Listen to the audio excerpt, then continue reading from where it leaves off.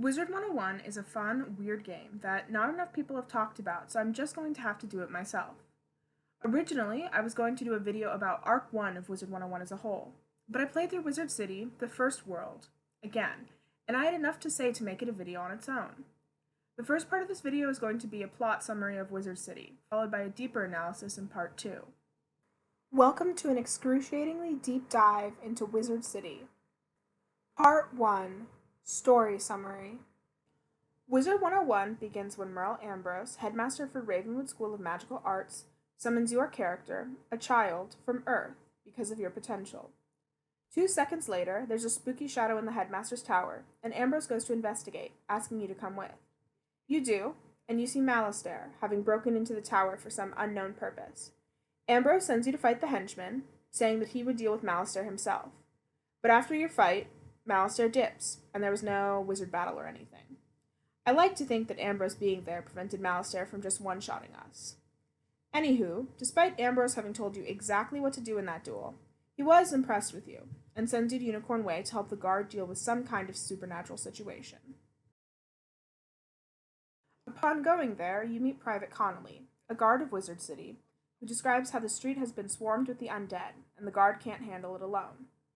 I'm just going to say that the fact that the guard of a city with a magic school can't deal with magic creatures seems kind of suboptimal to me. At this point, you go defeat some lost souls. I do mean defeat and not kill. Lost souls, as well as other enemies, have dialogue after you beat them, indicating that you did not kill them. Which is good, as most of what you are asked to do is fighting monsters. By the end of Wizard City, only doing the main quest, no side streets or quests, you've fought at least 50 monsters. So, even if your opponent explodes into bones, you can rest easy that you are not accumulating a body count as a child. After clearing out some of the undead, the focus becomes figuring out why the undead are even here. You team up with Sarah Nightchant, another student, who came to fix the street but has a crippling fear of pirates. Further down the street are skeletal pirates, so that leads you to doing a lot of the work. The skeletal pirates mention a rattle in the darkness, and in your search for answers you find Lady Oriel, who remarks upon the light within you when you meet. The same forces summoning the undead are corrupting her fairies, so she sends you to collect pixie dust from corrupted fairies, so she could determine more about whoever is causing this. Upon examination of the pixie dust, she realizes the corruption is being caused by Rattlebones, a tyrant in life banished to the underworld for his crimes. And so, you go to the old archives to face off against Rattlebones. My favorite soundtrack song of Wizard City plays here, so let's just bask in it for a minute.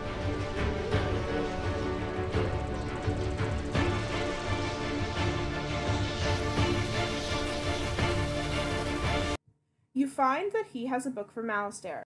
After beating him, he drops it as he flees, so you grab it. As you leave the tower, you notice that the dark magic on the street has lifted, taking the cool music with it.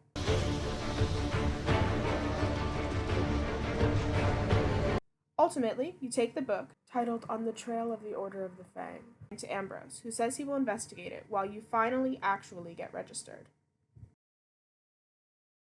You meet Lincoln, the registrar, giving him a lock of hair as part of registration, and then you meet the professors and the interim teacher. Malorn Ashthorn has taken over teaching students the basics of death magic because Malastare was the former death professor, and he turned evil and blew up the school.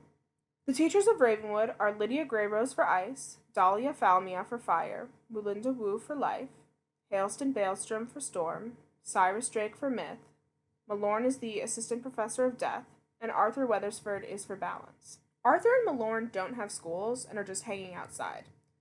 I know buildings are expensive, and there's not a ton of space for more in Ravenwood, but is there no room in the budget for tents or something?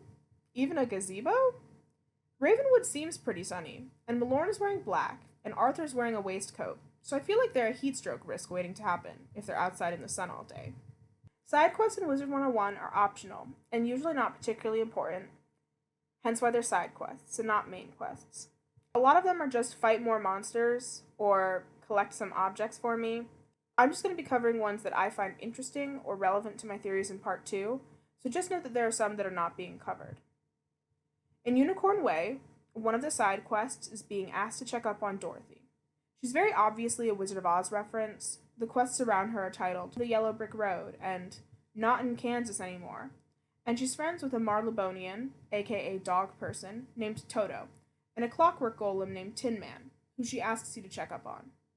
Wizard101 loves references. There's another quest on the street called Saving Private Ryan, referencing the movie, so lots of little Easter eggs throughout the game if you're paying attention.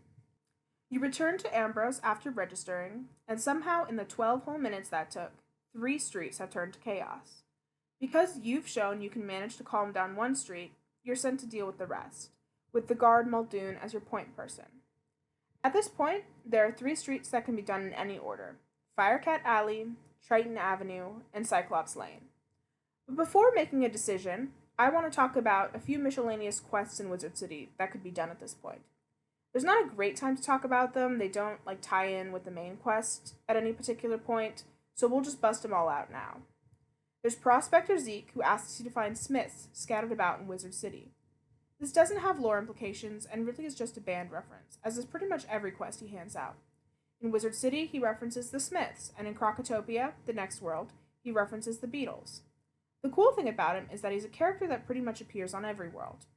Also, if your backpack fills up, or you get close to Goldcap, his tooltip is the one that pops up, which is sort of the meme that he lives in your backpack, as how else would he know how much stuff you have?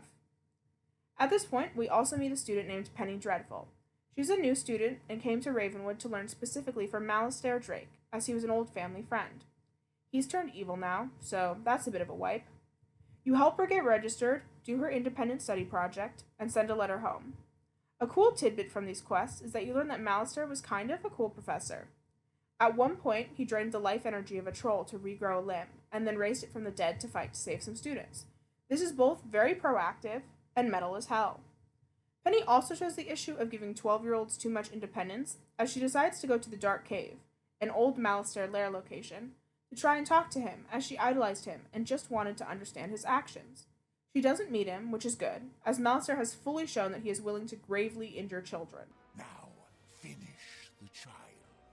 And then she stays in the Dark Cave and doesn't return to the Commons, ever. And I'm very in favor of people making their own decisions, even when they're bad, but I do hope she gets out to get sunlight at some point, so she doesn't get rickets.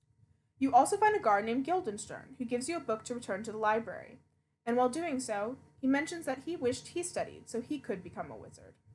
You also meet Baldur Goldpaws, a trader who sailed on a boat to get to Wizard City and open up trade relations. You help him out a bit and get to visit Grizzleheim. It's a world that, mild spoiler alert, you go to later, so it's not super important now, except for the fact that we get to see Nick Jonas trapped in eternal purgatory of Wizard101. He made music for Grizzleheim, and so Wizard101 honored him with a character model in the world he created music for, but he's trapped there forever now, and we love that for him. Back to the main plot, the first street I'm going to talk about is Firecat Alley. They redid a lot of the quests in Wizard City in 2019, so I will for the most part be talking about those. Upon going to Firecat Alley, you see Private Quinn, who explains that the Fire Elves opened up the cave where all the undead were sealed, turning the street to chaos. He asks you to fight some of the undead and get them back in the cave. You fight some haunted minions, who agree to spread no further, but do not want to return to the dark cave because it's spooky. After doing that, Quinn gives you more information. The Fire Elves were rehearsing recollections from Firecats the Musical when suddenly they started attacking everything. They attacked him and a witch called Lizzo Firespitter.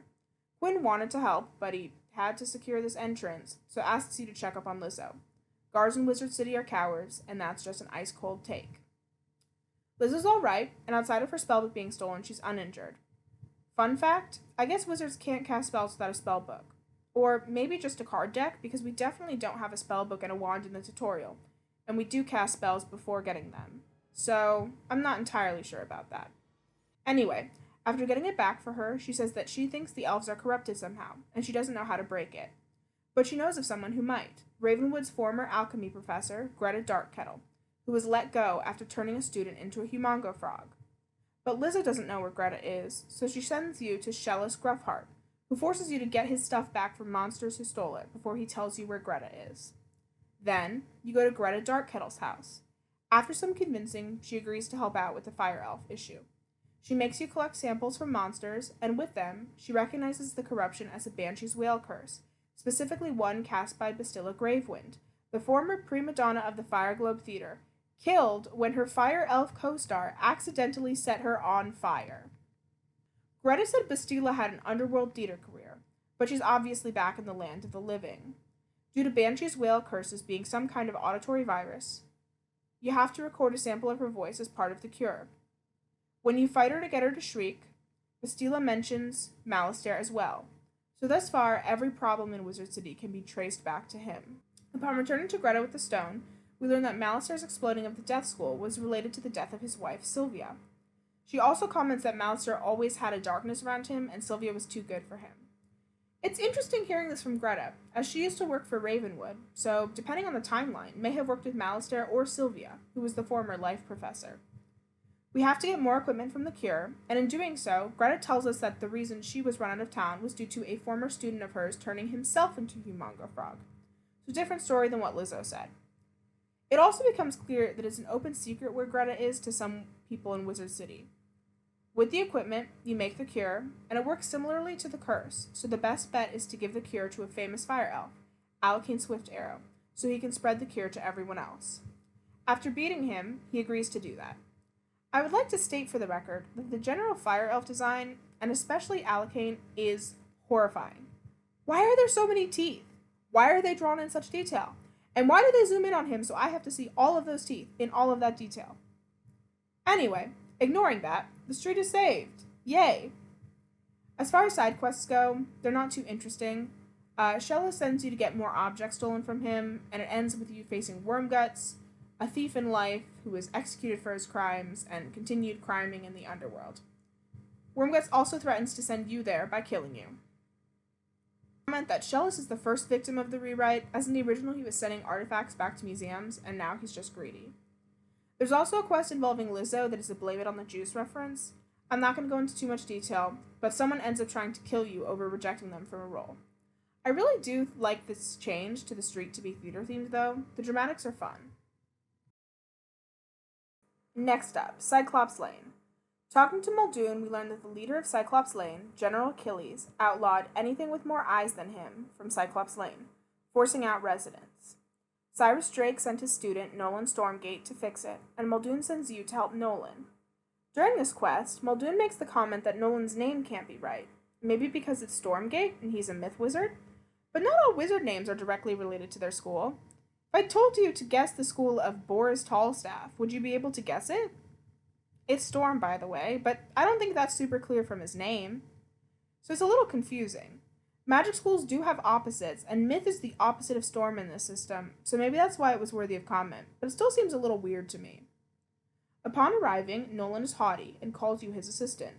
You learn Professor Drake summoned trolls and warhorns to deal with the Cyclopsi, and Nolan came with other students to make sure everything went well. But it failed, and the other students are gone. You learn that the trolls kidnapped the students. Nolan is shocked, as myth minions cannot turn on their masters due to their code of honor or the laws of physics or something. And so, out of his depths, he sends you to Professor Cyrus Drake. Professor Drake says he knows what's going on, and needs you to get an object of great importance from Victor Darkwood in the shopping district.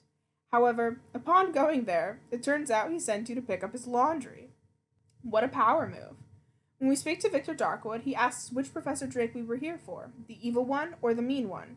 And I just have to ask, is Malastare's laundry in Victor Darkwood's shop? Also, didn't most people think he was dead? Victor, explain your forbidden knowledge! Also, he mentions not being sad there's one less Drake in the world, which is a wild thing to say to a child who knows Cyrus Drake, at the very least. You give Professor Drake his laundry, remaining insistent that there is actually a problem in Cyclops Lane, because the trolls are revolting. He agrees, and sends you with a letter to the headmaster. Ambrose reads the note and says that he won't expel us over a trolls are revolting joke. This is so funny to me. Either Cyrus Drake expected this to work, or this was just an intimidation tactic to get us to stop with stupid jokes. Either way, I love it. Upon clarifying you meant revolting in the combative sense, Ambrose sends you back to Cyrus, because he's not Malastare and would actually help if we tell him how bad it really is. After more talking, Cyrus Drake explains that some kind of ghost could have caused the issues in Cyclops Lane, but whatever was messing with his trolls would be with General Achilles, so we have to deal with the problem.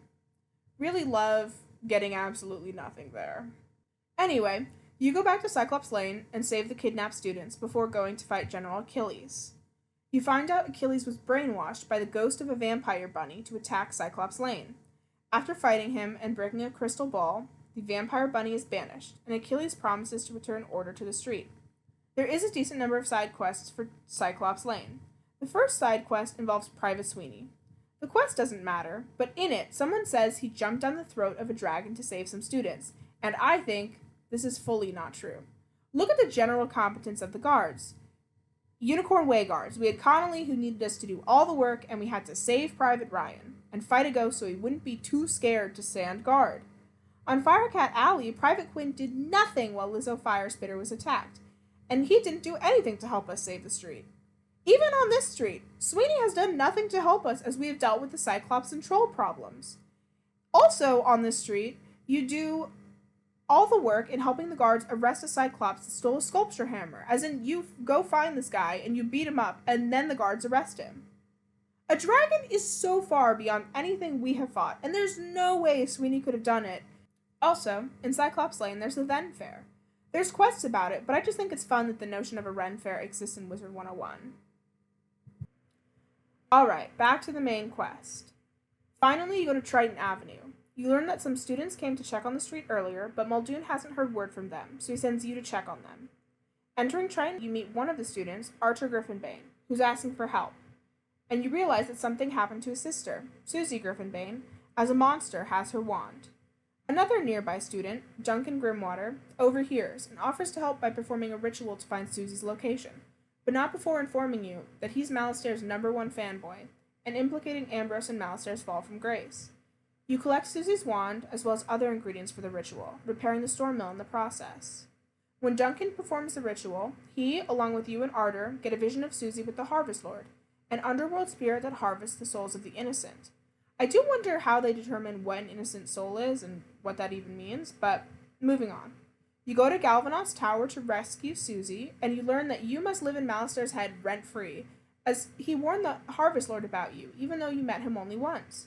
After beating the Harvest Lord, he says that Malastaire's plan is nearly complete, and Triton Avenue is doomed. Suzie tells us that he set the storm power in the street to go back in on itself, making it likely to explode. I don't know if this is Malastaire's plan, or he just told the Harvest Lord to cause chaos, and the Harvest Lord independently chose to do this, but if it was his plan, the guy must really like explosions. Suzie and you fix the problem with some minor help from Professor Baelstrom. Then, you take Suzie back to Arter. The two of them say that with the storm magic gone, they can handle the undead, and Grimwater tells you to figure out who is doing this, so Malastaire's name can be redeemed. He thinks that somebody is impersonating Malastaire, and it isn't actually Malastaire doing any of these evil plans. In terms of side quests, Triton Avenues are most directly tied in with the main lore, as they contribute to the Sylvia and Malastaire story. You do meet Sanders Spitfire, Sylvia Drake's cousin, who sends you to go fight Sergeant Skullsplitter, a person who stole Sylvia Drake's scrapbook. Skullsplitter mentions it being a pity Sylvia died, but he will deny Malastaire any kindness after what he did to him. I'm going to be honest, I don't quite know how taking the scrapbook from Sylvia's cousin is really sticking it to Malastaire. Does he visit Sandor and look at the scrapbook? If not, it's just kind of dumb. You return the scrapbook to Sandor, who's grateful to have it back. He mentions Sylvia was the person who helped him settle in when he moved here. You also do more stuff with Duncan Grimwater, Malastaire fanboy #1. Together you investigate the haunted cave. Duncan brings up Malastaire and how he could fix everything quite a bit. There are dark minions in the cave, and you and Grimwater learn that they are minions of Lord Nightshade, one of the darkest tyrants in history, who is sealed in this cave. It is interesting that there are so many tyrants, Rattlebones and now Nightshade, as the term tyrant refers to a ruler, not just someone who did bad things. So I do wonder what these people ruled, and why they keep getting sent to the underworld. But someone had to let Nightshade out, and you determine Malastaire was responsible. Duncan Grimwater is shaken and goes to talk to Malore and Ashthorne about it. Death students supporting death students. We love to see it. After doing these 3 streets, the main quest becomes linear again. However, there are 2 side streets I want to talk about. So let's talk about those first. The first side street is Colossus Boulevard. This questline is given to you by Ambrose, who had to lock the street because it was so dangerous. This time, it was Professor Greyrose's summoned creatures who went haywire, eating everything in sight and taking over the street. The gate guard, Private O'Doyle, sends you to help his niece, Mindy Pixie Crown. After some fact-finding, which I mean fighting, Mindy sends you to Professor Greyrose, who gives you instructions to make an appetite suppression potion for the gobblers. The potion is made, you force feed the potion to some gobblers, but it doesn't work. Next, Mindy sends you to speak with the Gobbler King. He refuses to leave, saying wizards will only be able to stay if they are good servants, and gives you a royal decree you take to Mindy and then Ambrose. Ambrose tells you the decree is a crayon drawing of chicken and ice cream. I do love how we don't read it despite carrying it to two different people. We really have no initiative at all, do we? Ambrose comes up with a plan, which he gives you in a letter to give to Mindy. Why doesn't he give it to you if you're doing the work? Anyway, you challenge both of the king's advisors, beat them, and go back to the king. During this time, Baron Greeby threatens to eat you. I don't think that's technically a threat of cannibalism, but there has to be a term for eating sentient beings that's not just murder, right? Because it's worse, definitely. The king first doesn't believe you beat his barons, but when a messenger tells him you did, he surrenders and mentions that the gobblers fled their world. Ambrose is sympathetic and so allows them to stay on Colossus Boulevard, despite the general chaos they caused and the fact that one of them threatened to eat you. The other side street is Crab Alley. In terms of plot, it's the most disconnected from the main story, so I'm going to cover it extremely briefly, with only a few items to note. You go to Crab Alley to fix the batteries of the storm mill, and in doing so find yourself contending with the politics of Crab Alley. King Thermidor has been replaced, and the impostor has imprisoned his minister, Sir Thomas Cromwell. This is so funny to me because it's such a bizarre reference. Of children in the US in 2010, when the street came out, who's going to know about Thomas Cromwell, the falsely imprisoned minister of King Henry VIII? I love it. It's just such a deep cut for their audience. You eventually find the king, and the person who messed with the storm batteries to begin with, Dr. Zygmunt. He's high on science and says this is an era for science and magic is unwelcome here. You beat some sense into him and fix the storm batteries. You also defeat the impostor, returning King Thermidor to his throne. In an incredibly awkward scene, he makes you write a love poem and deliver it to his cook, Catherine. At this point, I am unclear on whether or not you wrote this poem, or he just dictated it to you. But either way, why would you make a 12-year-old deliver your flame a love poem? And then Crab Alley is fixed. Alright, so back to the main quest. After fixing all of those streets, Muldoon says, "Great job," and tells you that if this wizard thing doesn't work out, you could totally be a guard. And ignoring that blatant insult, we go back to the headmaster. Ambrose says that he can't believe chaos is Malastaire's only goal, because the reason he started this path of evil was to try and bring his wife back from the dead, even after Ambrose forbade it. So now that we know Malastair is looking for the Order of the Fang, there has to be some kind of reason behind it that's not just, he's evil. Like, there has to be more to it. Ambrose says that we're kind of out of options to find info, though, so decides to take us to a being that can normally see both the past and the future through eyes gifted to him from the grandmother of ravens, but that recently the Eye of History was stolen from him, limiting his info. And Ambrose takes us to Ravenwood, and he drops more lore when we're there about sort of the creation of the world. Essentially, there was a first world, and the first beings there were titans and primal beings, but the titans destroyed the world, and the primal tree and grandmother raven sang the remnants into the spiral.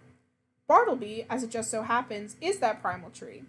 And also we learned that he told Ambrose to bring us here, so it's good to know that our summoning was not a spur-of-the-moment decision by Ambrose, but a tree with the power of the universe talked him into it.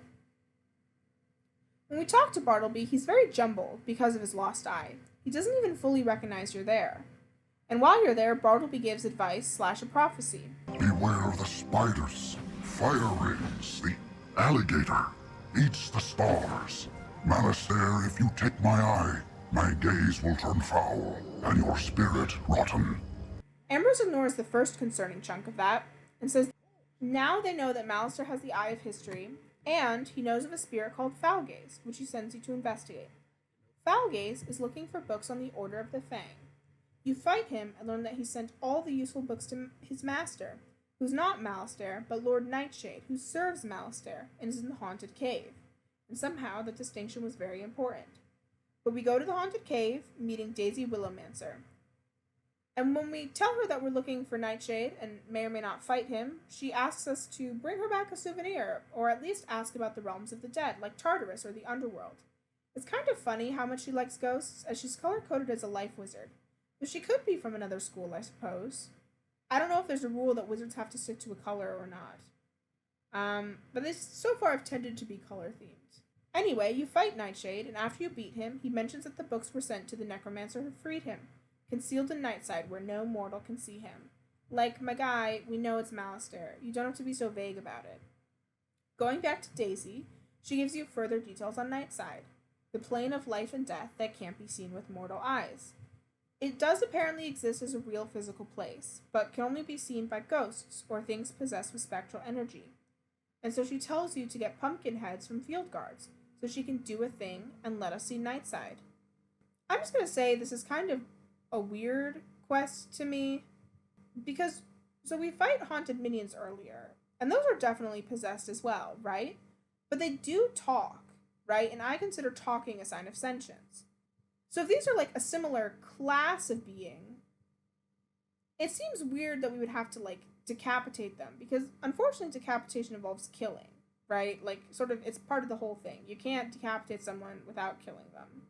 But, you know, according to the Monstrology tome, the bird is calling the shots. So we don't have to do anything to the bird to decapitate the pumpkin head. So if that's true, then we're actually good. But the reason it's a little unclear to me is that the Monstrology tome stuff was made before Wizard City was rewritten, and entries are inaccurate. So it's really hard to say. Whether or not this is murder, I think counts as whether or not the field guard has any consciousness, which we have no proof of other than sort of the category of being it is. So our kill count is maybe 2, maybe 0. Anyway, upon bringing the heads back to Daisy, she can't do the thing, so she sends you to Ambrose, and he enchants the pumpkins to transfer their vision to you, so you can see what dead things can see for a short time. With it, you find the path to Nightside under the waterfall in the Commons. There, you see the Death School and tree, Mortis. The Death Tree, Mortis, explains that Malistaire faked the explosion to bring the school to Nightside, where he conducts his research, but Mortis doesn't know what the research is. I realize that I haven't explained school trees. Essentially, Bartleby has these invisible roots throughout the spiral that, so trees of a school of magic sometimes just like pop out of pretty much anywhere, and they help with like the creation of spells and stuff, which is, you know, kind of horrifying and eldritch. And in Ravenwood, there was a tree for every school, minus balance, and the death tree, which came from somewhere else. But the rest of them were homegrown from Ravenwood. Mortis sends you to enter the death school, and you go in and see Dworgen helping Malistaire do research. At that exact moment, Dworgen hands him a book with the specific location of the Order of the Fang in Krokotopia. So in the end, no matter how you thwarted his diversions, Malistaire got what he came for. And once again, Malistaire dips, but Dworgen greets you, and seems not to know how serious Malistaire's plans are. He also doesn't seem to know that the death school has been shifted to Nightside, and also lets you know that Malistaire couldn't get the Eye of History to work, so they sold it. And they let you know that, like, they did find the location of the Order of the Fang in Krokotopia, but he doesn't remember precisely where, other than it's a great something that begins with S.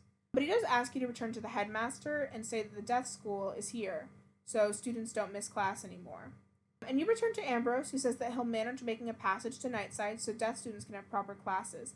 And it's kind of weird to me that they're just going to let Dworgen teach. He calls Malistaire, who is evil, master. Do we know that he's not still in cahoots? Ambrose says Malistaire's still an issue. We know that he's looking for the Order of the Fang, a mysterious group of wizards in Krokotopia. But without Bartleby's Eye of History, the wizard is just going to have to go to Krokotopia and find out where Malistaire is and what his plan is. So Ambrose gives you 2 spiral keys. They give you access to the World Door in Bartleby, and then Krokotopia. And with that, I consider the Wizard City main story complete.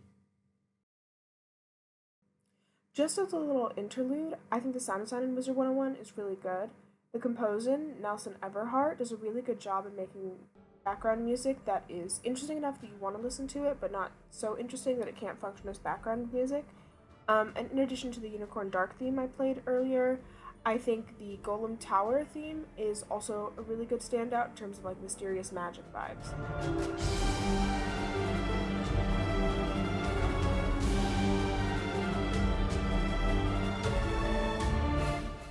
In addition to music, I think the voice acting is really good. Every single line of text you've ever seen on screen has been voice acted, including a narrator for you. You walk back onto Unicorn Way. You can't help but notice that the dark magic that was previously choking the street seems to have abated. And I think all of them do a really good job, and it really contributes to the atmosphere of the game. Part 2, Analysis. For the most part, I'm just going to be pulling from stuff from Wizard City that was covered in this video, as well as minor stuff from later worlds in the first arc, so like the existence of Krokotopia or Marleybone, but not the plot of them. For Wizard City, I think the one overall theme you could pull out of it is one of loss and moving on or not from it, right? There's Ravenwood, who's very visibly dealing with the loss of Malastair in terms of the gaping hole where the death school used to be, as well as, interpersonally, Cyrus lost his brother, Melornis had to take up teaching deaf students, and nothing will ever be the same, right? But they are dealing and moving on. We have Malastair, who's dealing badly with the loss of his wife, refusing to accept it, making it everyone else's problem. There's Duncan and Penny, who are both dealing with the loss of a heroic figure. They had this idea of who Malastair was, and, they're realizing that that's not the case. He's not actually a hero, he's evil, sort of dealing with the loss of that. And then there's Greta, who lost her teaching position and is sort of badly coping with that as she's sort of living in a house alone and being bitter about it. But at the end of Firecat Alley, Greta's like, actually, I didn't like being a teacher, and seems to maybe be on a new path of moving on with her life, which would be good. So yeah, I do think the big thematic thing you can pull from this is loss and moving on or not. Aside of that, each individual street has a pretty separate story and themes. So I'm definitely going to be talking more lore side than thematic analysis. Also, I do want to state for the record, this is a children's game, and I do recognize that. I often think that especially when people are watching an old children's show and are like, oh, this is seriously dark, it can ruin the enjoyment of it, and that's not what I'm trying to do. I do really like this game, but I also really like overanalyzing things. I'm reading way too into this, and I recognize that. If analysis is reading between the lines, I'm microscopically examining printer ink at some point. Even though I like Wizard City, I do dislike one aspect of the way they changed things. I mentioned Shellis as a casualty of the rewrites in the summary, but I think the real murder is of Suzie. In the original, she was saving her brother, and they've changed it so Archer is saving Suzie. And I think that having a girl as a damsel is kind of tired and predictable at this point. And it's not like they do anything particularly interesting with Archer that makes it, worthwhile in that way. Archer just kind of stands there and is like, oh no, help save my sister, and Duncan, stop talking about Malastair and help me save my sister. It's not like there's a unique perspective that comes with changing it, or, a new story idea. So it's just kind of disappointing that they changed that story from a more interesting to a less interesting version of it with not much to show for it. So in terms of broader analysis, I think the biggest thing I noticed in my playthrough of Wizard City was the tension between in-universe justifications for story moments and out-of-universe justifications. There's these terms coined from Sherlock Holmes commentary called Watsonian explanations and Doylist explanations that I think describe this notion really well. Watsonian explanations, named after John Watson, the in-universe chronicler of Sherlock Holmes' cases, are the in-universe or diegetic explanations for things, while a Doylist explanation, based on the author, Arthur Conan Doyle, is sort of an out-of-universe perspective. So, as an example of, using these, let's look at Criminal Minds. In Season 3, the character Jason Gideon left the BAU and the show. The Watsonian explanation was that he was pretty messed up after a killer targeted him and killed his girlfriend. But the Doylist explanation was that the actor Mandy Patinkin left the show because he found it destructive to his soul and personality. Both of these are correct explanations of what happened, but depending on what you were talking about, one of these might be more important. But I think in instances where things might seem weird from an in-universe perspective, it can help to look at the Doylist explanation as things that may not initially make sense may suddenly be really smart choices. There's a few of these in Wizard City. For example, the game starts with your character being kidnapped by Merle Ambrose. The Watsonian explanation of this is that Bartleby said that this needed to happen, and he saw that you would have the potential to save Wizard City, so Merle summoned you. However, this does function to make Merle Ambrose a bit morally dubious. The first thing we learn about him is that he's willing to kidnap children. To be clear, your character is 100% a child. And since Merle is supposed to be the mentor character, this may not feel like a good move in that way. But the Doylist explanation shows this to be a really good decision, no matter how morally dubious it makes Merle look. Firstly, this is an MMO whose target demographic when it came out was children, and therefore it would be good for the main character to be a child. However, children characters come with their own sets of issues, namely, parents. Good parents do not let their children fight monsters. So a lot of stories for children write them out, either by having their children hide their actions from their parents, or by killing them off. I guess the question is, Ravenwood is a boarding school, though, so wouldn't sending them off to boarding school be enough to separate them from their parents and avoid the whole kidnapping issue? But let's consider another common issue in stories set in a different world, especially worlds with things like magic systems or new governmental structures or whatever. When the character knows more about the world than the reader, or the player, but since I often use this to talk about books, I'm just going to use reader because that's easier for me. It can be difficult to convey the important things the reader needs to know in a natural way. In real life, we don't regularly have conversations about how do the laws of physics work, or what are the laws that we follow, or even what is your relationship to me. There are subtle ways to do this that work, but a simple way to avoid this issue entirely is just to have the main character be from somewhere else. This can be as close as a different country, or as far away as a different dimension, depending on the scope of the work. One issue with simply being from a different world in the universe of Wizard101 is that each world tends to have its own kind of people.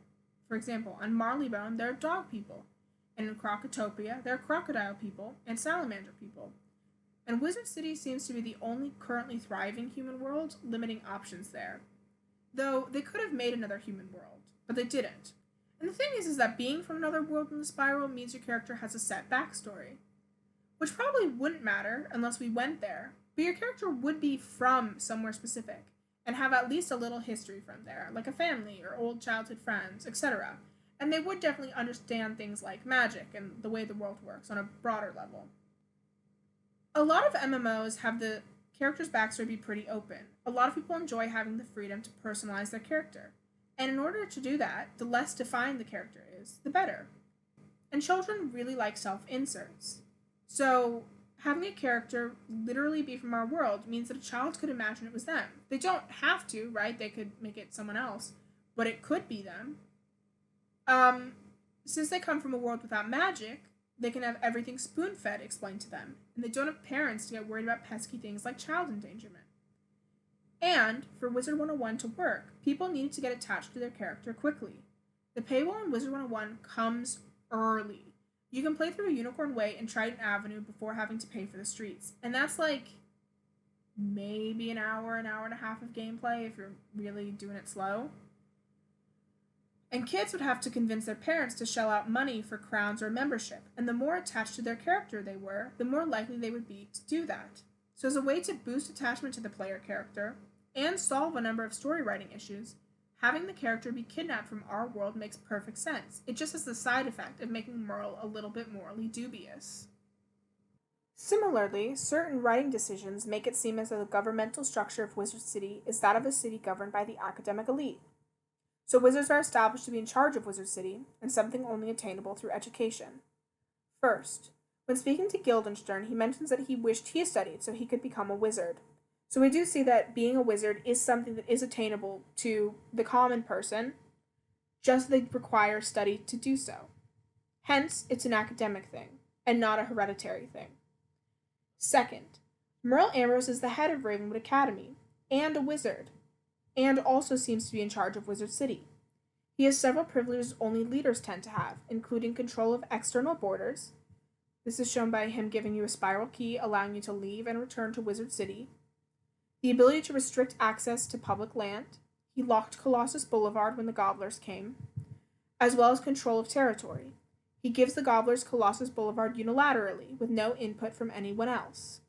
He also has some power over the guard, seeing as the guard respects when he sends you, a child, to different areas to solve their problems. So I would argue that he is in charge of Wizard City. So what? He could be in charge of Wizard City, and in charge of Ravenwood, and have those positions independently. However, look at the commons. His office, where we always find him, is named the headmaster's house. There's no other governmental buildings we see outside of a library, and if you count it, the castle tours building, because that has to deal with property, like that's a stretch, I'll admit. But I was trying to not be like, there's only the library. Anyway, the headmaster's office is also not in Ravenwood, but in the Commons, indicating that it is important enough to be in a central location. And maybe Merle moved from the normal headmaster's office and took over that house as an office when he was elected, and it's just called headmaster's house because he's there. But there's not another headmaster's building anywhere. If you look at Ravenwood, there's no unused buildings in there. Therefore, I think the positions are tied, and that the headmaster of Ravenwood is the leader of Wizard City. This has interesting implications, as generally, headmasters are not elected positions. They are often appointed by a board of some kind, or in the most democratic scenario, may be voted in by professors. Regardless, it is not as though the common people living in an area can vote on the headmaster of a school. And additionally, being headmaster of a wizard school requires being a wizard. Therefore, Wizard City is run by an unelected wizard.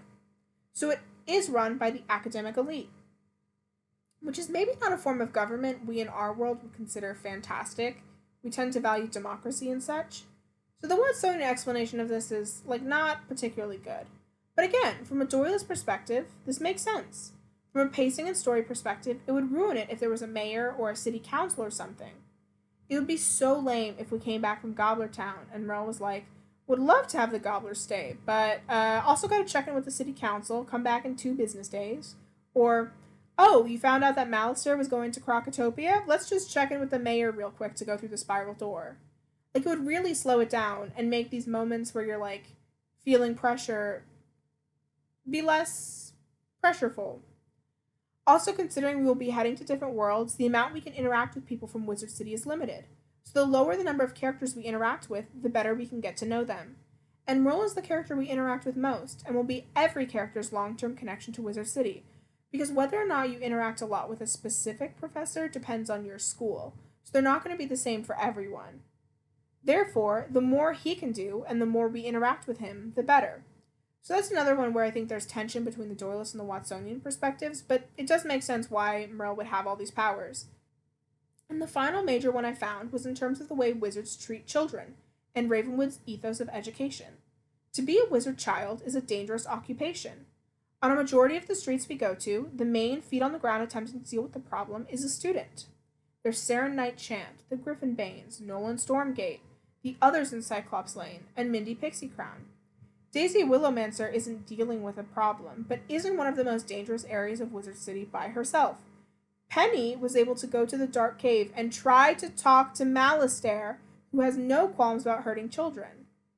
I'm pretty sure Lizzo is an adult, and there's no students on Crab Alley. But for the majority of these streets, again, it's children. And everyone, from the guards to random merchant people, etc., see no issue in asking us, a child, to do whatever random task they have to do. Additionally, Malorn is a teacher and is teaching Death School. So there's obviously a lot of responsibility being placed on children. And yes, different places in the real world have different notions on what it is appropriate for a child to do. I moved around a lot as a kid, and in some places it was cool to walk home from the bus stop alone, and in other places it was seen as dangerous and neglectful. But I do think we can all agree that the situation in Wizard City is pretty dangerous for a student of Ravenwood in sort of an unacceptable way, at least from our perspective. But again, the Doylist explanation of this makes sense. I already mentioned how the wizard could function as a self-insert for children, and the story is a bit of a power fantasy. We're learning magic. We're a person that, is prophesized to save Wizard City, and part of this power fantasy is to see other children in the same position as you, aka students at Ravenwood, and be doing better than them by saving them from being kidnapped and actually solving the problems on these streets. That's part of the fantasy. It's a great way to show how good of a wizard we are compared to other people our own age. And it would make the professors seem weak if they were struggling to solve an issue on one of these streets, if they were actually putting an effort and not just, handing it off to the kids. And they don't necessarily need to be seen as authority figures, but they do need to be seen as having something worthy to teach you. It wouldn't make sense if they were struggling, but also if they just solved the problems, there wouldn't be a story, right?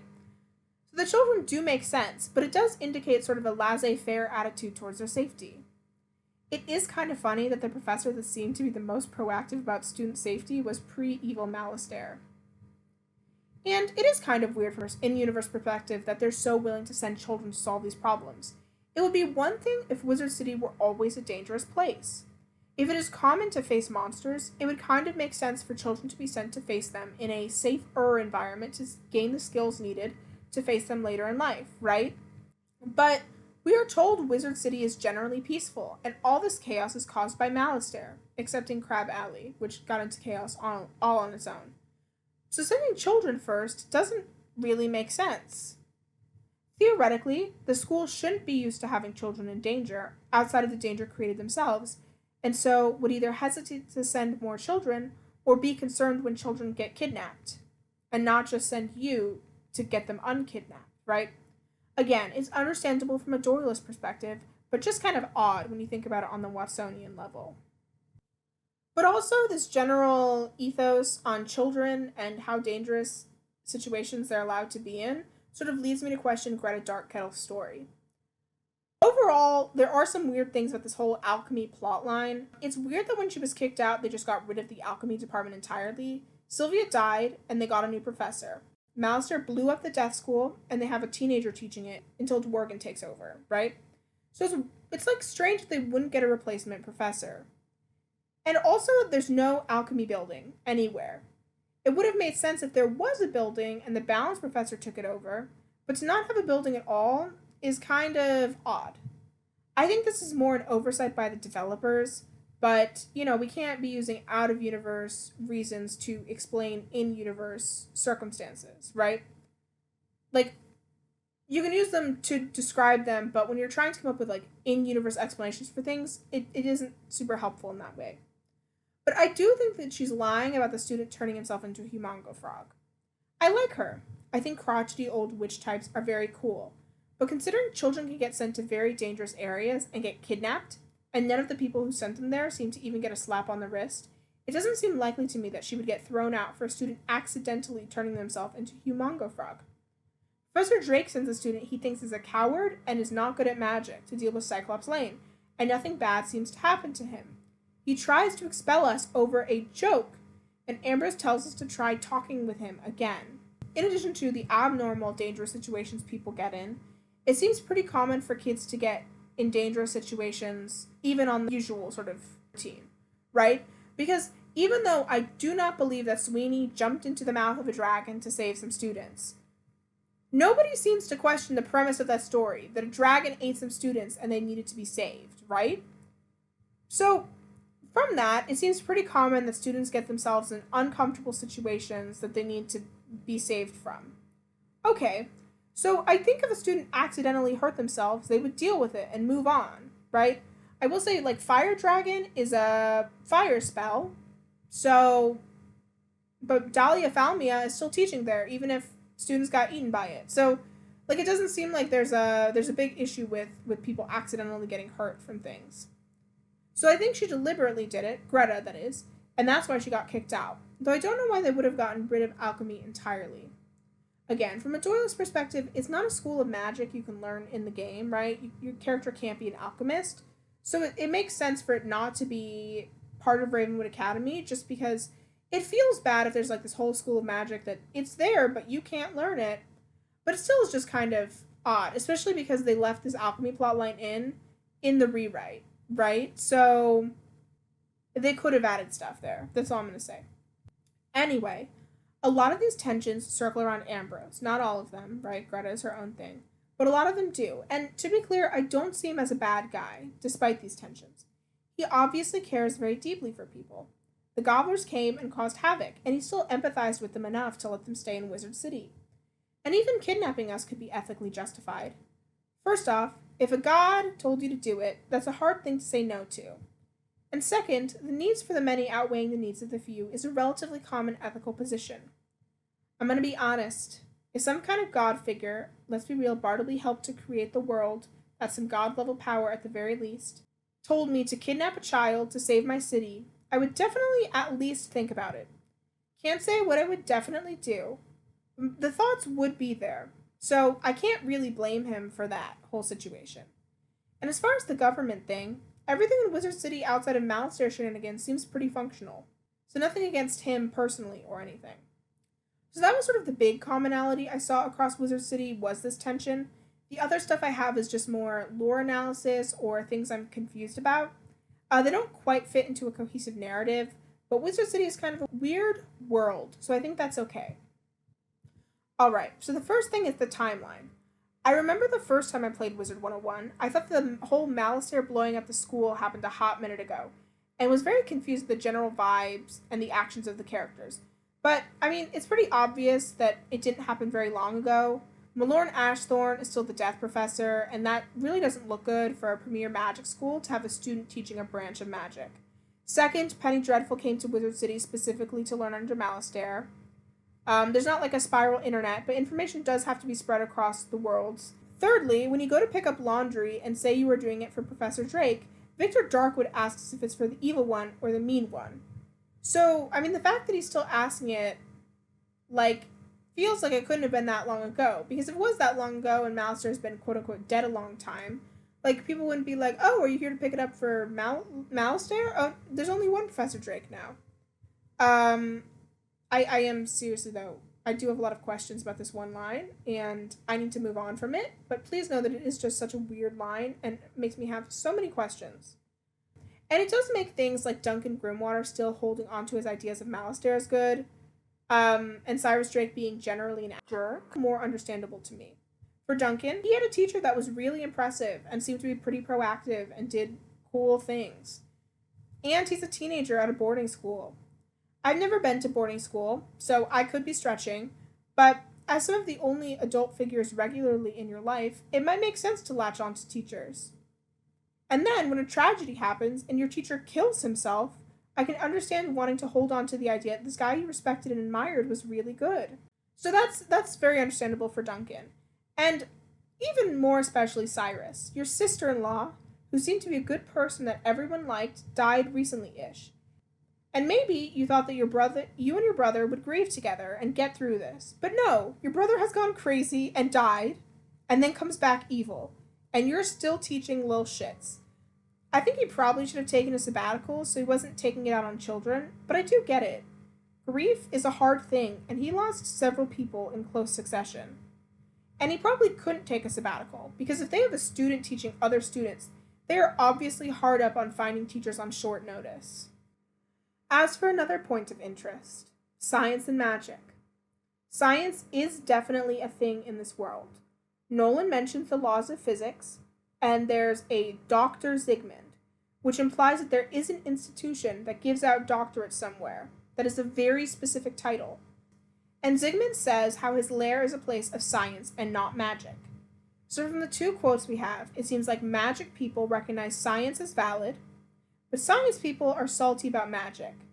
This is based on two whole lines, so it could be disproven. And I hope it is.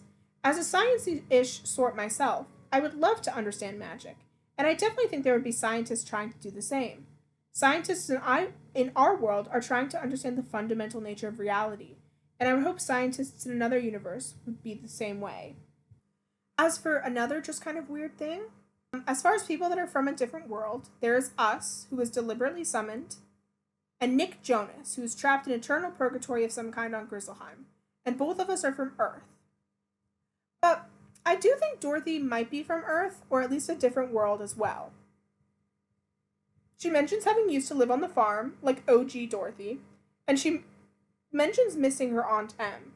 Now, Aunt Em could be unable to visit due to illness, or money, or something similar, or it could be that Dorothy has been taken from Earth. Now, it being a Wizard of Oz reference does help this theory, as in the original work, Dorothy was taken from Earth to Oz, and maybe here, Dorothy was taken from Earth to the Spiral. I say taken, she could have just drifted, right? It could just be kind of some kind of natural phenomenon that just kind of happens. And there is a bit of evidence that could help support the theory of Dorothy being from Earth. Dorothy uses the phrase, as fun as a barrel of flying monkeys. More fun than a barrel of monkeys is an idiom in our world that is kind of old. Looking this up made me so annoyed. This phrase originally seems to originate from 1895, which is what I wanted to say, right? Because like dictionary.com is like, it's from 1895, but doesn't provide a source. And I looked it up and I had to go find a blog that referenced a news article from 1894, which is even earlier than what dictionary.com said, with a specific source. And I was like, great, I'll be able to cite this. But then it's behind a paywall, and I don't want to pay $7 to find a news article for 1 point in my Wizard101 video. So anyway, it's an old-timey phrase, probably originating from 1894 or 1895, but I can't find a source, so take that with a grain of salt.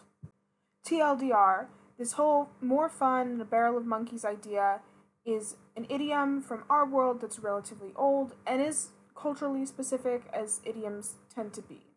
Flying is kind of a weird add-on, but is still the same idea, right? But in Wizard City, the phrase seems to be monkeystons in a barrel.